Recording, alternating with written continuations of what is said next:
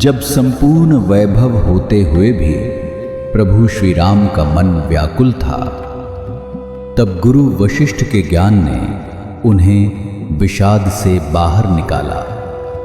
सुनिए बकुल जी की वाणी में। जय श्री राम। स्वागत है सभी का। और कल हमने देखा था कि गुरु वशिष्ठ सभागृह में भगवान राम को ज्ञान दे रहे थे। वहां पे 9 दिन खत्म हुए थे। आज 8 मई है। आज देखते हैं आगे क्या होता है। श्लोक है, असदिदमखिलं मया समेतं त्विति विगणय्य विषादितास्तुमाते सदिह हि सकलं मया समेतं त्विति च विलोक्य विषादितात सुमाते। अर्थ है, यह सब कुछ अवास्तविक है, मैं भी अवास्तविक हूं, तब तुम्हें दुख किस बात का। यह सब वास्तविक है, मैं भी वास्तविक हूं, तब भी दुख के स्पर्श का कोई प्रश्न ही नहीं है। वशिष्ठ ने आगे कहा, जिसका आरंभ में अस्तित्व नहीं था और जो अंत में ही नहीं रहेगा, वह मध्य में यानी कि वर्तमान में कैसे वास्तविक हो सकता है। जो आरंभ में रहा हो और अंत में भी रहे, वही तो वर्तमान में वास्तविक होगा। यह सब कुछ अवास्तविक है, मैं भी अवास्तविक हूं, तब तुम्हें दुख किस बात का। यह सब वास्तविक है, मैं भी वास्तविक हूं, तब भी दुख के स्पर्श का कोई प्रश्न नहीं। यह जान लेने पर कि मेरी संपत्ति, मेरी पत्नी, मेरे पुत्र सहित यह संपूर्ण ब्रह्मांड कुछ नहीं है, कोई दुखी नहीं होता और इनके उन्नति करने पर कोई गर्वित भी नहीं होता। यदि अवास्तविक रूप तिरोहित होता है तो किसी का क्या जाता है। जब कुछ पूर्णतः अवास्तविक है तो उसे नष्ट भी कैसे किया जा सकता है। इसके विपरीत जब वे उन्नति करते हैं तब तो दुखी होना चाहिए। क्यों, यह उन्नति तो अज्ञान को बढ़ावा देनी है। अतः जो मूर्ख में लालसा और आसक्ति उत्पन्न करता है, वह ज्ञानी में विराग और उपेक्षा उत्पन्न करता है। ज्ञानी व्यक्ति को ऐसे अनुभवों की इच्छा नहीं करनी चाहिए जिन्हें वह प्रयत्न पूर्वक प्राप्त नहीं करता अथवा जिन्हें वह पहले ही प्राप्त कर चुका है।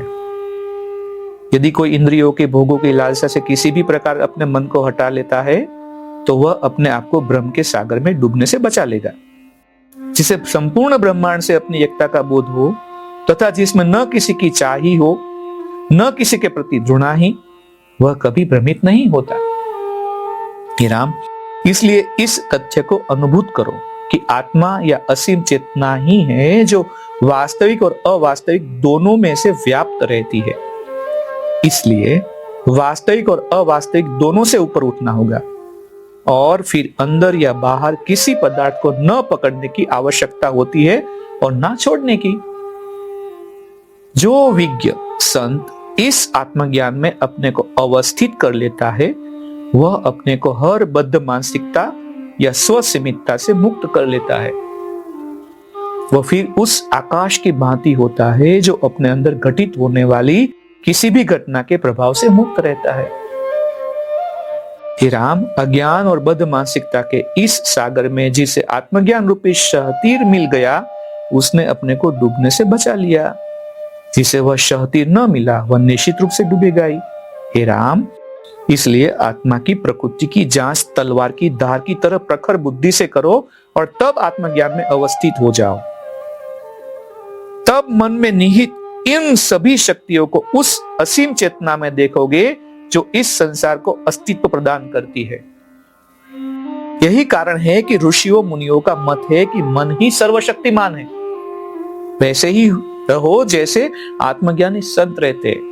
वे असीम चेतना और दृश्य संसार को जानते हैं, अतः वे संसार के क्रियाकलापों में न रस ही लेते हैं, न उनका त्याग ही करते हैं। तुमने भी आत्मज्ञान प्राप्त कर लिया है और अब तुम्हें शांति प्राप्त है।